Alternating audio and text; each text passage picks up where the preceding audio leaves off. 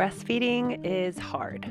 It's the most unnatural, natural thing we do as moms. Mothers and babies have to actually learn how to do it well, even though it is in our instincts. Implementing just a few key tips from my lactation consultant completely transformed my breastfeeding experience from my first baby to my second. And I want to share those tips with you. This is what I wish I knew about breastfeeding before my first baby. First, I want to say that fed is best. I strongly considered exclusively pumping after the struggles I faced with my firstborn. I was in extreme pain, he was losing weight, and it was a scary, stressful situation on top of the normal difficulties with a newborn, let alone your first baby. But I learned these 10 tips along the way. I did a lot of research. I consulted different lactation consultants, found a really good one, and these are my tips for you if you are a first-time mom or going into nursing, needing a little bit of advice. It's really good to do your homework, which is tip number 1. Obviously by watching this video. I didn't do any research on breastfeeding. I didn't attend any classes because everything was shut down during 2020 and 2021 when I was pregnant, but I definitely recommend looking into whatever resources are available to you. I'll leave some links down below for great tips and videos. Tip number 2, advocate for skin to skin with your baby immediately after birth. Skin to skin is so important for the initial latch and for connection to your baby. It's really healthy for us and them. The golden hour is the first hour after your baby is born, and it's so important to have time to yourself and your baby. You can actually ask the nurses to leave. Hospital births can get a bad rap in the natural world, and they can also just be a little bit intimidating. You kind of go in just trusting your nurses and doctors, but you really do have to advocate for yourself. Both my births were in the hospital, but my second was drastically different than my first because I knew a little bit more about what I was doing. I went in with a birth plan. I went in knowing I needed to stand up for myself and for my baby. And I asked for that independent time with just my husband, myself, and my baby to not be messed with too much. Tip number 3, you don't have to give them a bottle in the hospital, even if the nurses tell you your baby has low blood sugar and needs to eat something. This happened with my son, and we were freaking out, especially as first-time parents. So we just did, whatever they said. We did give him some donated breast milk, but it was not my own. And after talking with my lactation consultant, not the one that the hospital provides, but the one that I found, she let me know that babies can actually just use like a plastic spoon or a syringe or something other than a bottle because that can cause the nipple confusion. So obviously a plastic nipple on a bottle, no matter how hard they try, is going to be different than your unique nipple, and all of our nipples are different. So it's just going to help if you go in knowing these things, that there are other options. You can squeeze out some of the colostrum that you have and feed it to your baby in a different way. It doesn't have to be a bottle. Obviously, that's not the easiest way. That's not the easiest route, and that's why the nurses wouldn't probably recommend that. It's nothing against nurses or doctors. They're just trained in a specific way, and they're going to stick to protocol because they're giving birth, and they're not giving birth, but they're doing labor and delivery with so many babies that they need to have a routine and protocols that they follow if certain things happen. But you don't want to have nipple confusion. Tip number 4, start putting on nipple cream right away in the hospital. Don't wait for them to hurt. You can also rub your nipple with the colostrum or the little bit of milk that's coming out because that is a natural healing cream. And it is a good way to keep them from getting too sore. If you do have a lot of pain, there are so many things you can do. I researched this a lot because my son did not have a great latch and I was having a lot of pain. But I think it's kind of normal for everyone to have pain. I don't know, you can talk with your lactation consultant about it, but don't let it freak you out that you have pain. Your nipples are just getting used to it. But if you do need to do something to help, do a saltwater soak. So I just warmed up some water, not too hot, put a little bit of salt in it and did a little soak. And then you need to try to make sure they dry fully and get some air. So it's good to either go topless and let them dry a little bit, or you can use, there's like Haka ladybugs, which I'm going to talk about a little bit later. Or there are things you can do to try to help remedy the pain. Tip number 5, start using a Haka on the side you aren't nursing on to build up a freezer supply.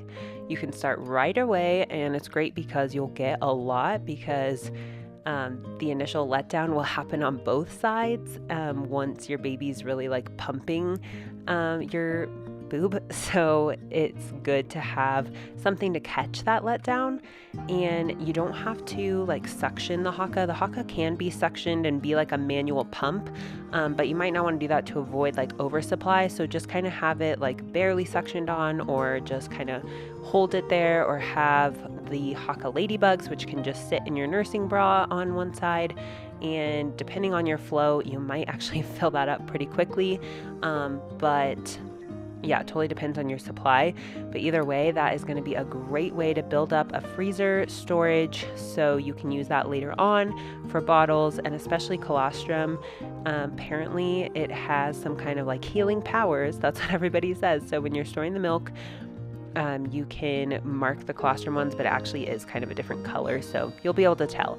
But here's a big tip: put the bag laying flat in the freezer first, so it can freeze flat and skinny, and it'll just take up less space in your freezer, and you can store them more easily.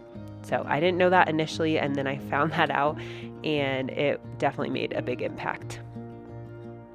Tip number 6. It is good to offer bottles 2 to 3 times a week after the first month or so your baby does in fact take a bottle. Neither of mine did, which was kind of okay because I was a stay-at-home mom, but I did feel really burnt out at times. Whenever you do a bottle, make sure to pump to keep up your supply. So just offer them a bottle and do a pump around the same time, so that you keep up with their feeding schedule.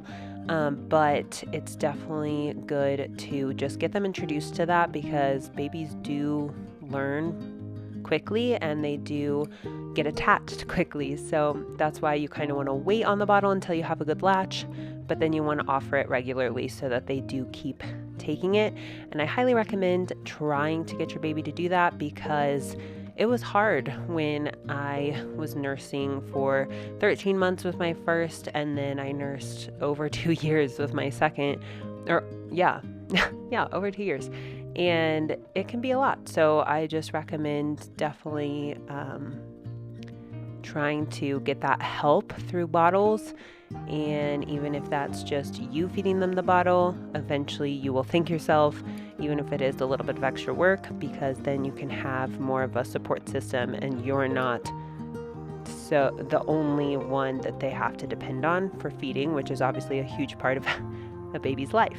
Tip number 7, find support. A lactation consultant, the LC at the hospital, find a support group. Facebook actually has some great options.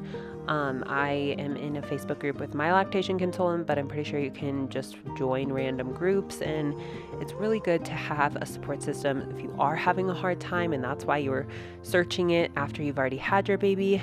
Then really try to find some support that can help you through, people who have already just been through it or are going through it at the same time. I think that's really helpful. It helped get me through. I even just followed some people on Instagram that were like exclusively pumping. Even though I kind of knew I didn't want to go that route, I almost did, because I was triple feeding in the beginning, which means I was nursing him, then trying, but it didn't really work. So to give him enough milk that he would gain weight, I had to do a bottle, and that meant I had to pump during that time to keep my supply up. So that's 3 different forms of feeding, and it was really tough. And with exclusive pumping, you have to find the time with the newborn to feed them, pump to keep up a supply for them, and clean all of the parts and all of the bottles. It's just a lot of work. So I really tried to take the time and energy and research and do whatever I could to keep trying to just do nursing and breastfeeding exclusively. and eventually it did work. So I think having that support in place helped me so much. I felt like, okay, maybe it is possible. Maybe there's a light at the end of the tunnel, and having someone there that's coaching you along the way is super important. So if you don't like the first lactation consultant you see multiple. I saw one at the hospital when he was born, and then I also went back to the hospital again and had another appointment, which you can schedule, and it was free for me, I'm pretty sure. So I think that's something hospitals do offer, and maybe insurance covers it. And then I also found one outside of my hospital network, and I found it through a friend, and she was a godsend. So try finding one that works best for you. Tip number 8. I don't necessarily believe in lip tie or tongue tie correction. I'm definitely not going to say that I am against it. I don't want to scare anyone who does try it. I think that it can be helpful. I do have a friend who did it, actually a couple of friends who did it, and their kids are totally fine now. It's not like it's not that big of a deal.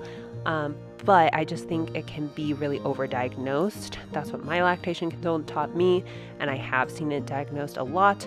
They told me that Asher might have had a tongue tie, and I definitely think he did have something going on. But it's really good to get multiple opinions and try different methods of making it work rather than just getting a surgery.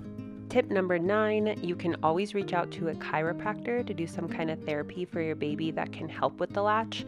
So if you think about it, the birthing canal is so small and tight on a baby's body, so it can definitely be a little bit of a trauma to their body, and it's really good to have somebody who knows what they're doing kind of just relax those muscles and just like work the baby's little body a little bit. And we did do that, and I think it was helpful. We only did like one appointment, but I've heard of some people taking their baby to a chiropractor like once a month or something. I don't know, but it's good to look into. Tip number 10, and this is my last one and most important for me, stick it out. I was searching for answers and trying to decide what would be best for me, and I honestly don't even know what made me keep trying with my first, because it took months. But I think it would have been helpful for me to know that there is hope. There is a light at the end of the tunnel. If you keep trying and you keep helping your baby and yourself figure it out, if you keep doing the tips that your lactation consultant gives you, trying different ways to get them back to their natural latch, it will get better. Even if it's super painful for you right now, it can get better. It is possible to continue exclusively breastfeeding. You don't have to opt out just because it's hard. No judgment here either way. I just want you to know that it is possible, and I did do it. It took months, but my son and I figured it out. And also, if you think about it, their mouth is the smallest it's ever going to be when they're first born, but it does grow and open up more, and that can make the latch easier for them, and they're just practicing in the beginning. So there are things that time really does help. So if you just stick it out and keep trying and keep pushing for the nipple over the bottle, then you can most likely do it. I 100% believe in you. So if that's what you want to do, then stick it out and you can do it. That's going to be all for my what I wish I knew about breastfeeding, my tips for breastfeeding. I really hope that this was helpful for you, whether you have not had a baby yet or you're going into your second wanting to exclusively breastfeed, or if you are just curious, or if you're in the thick of it and it's so hard. Wherever you may be, I hope that you found some encouragement in this video, some kind of helpful tip. Please leave me questions if you have any in the comments. I'd love to be a help for you. I will point you in the right direction if I can and send you links to videos that were helpful for me. So thank you so much for watching, and I will see you in my next video. Bye.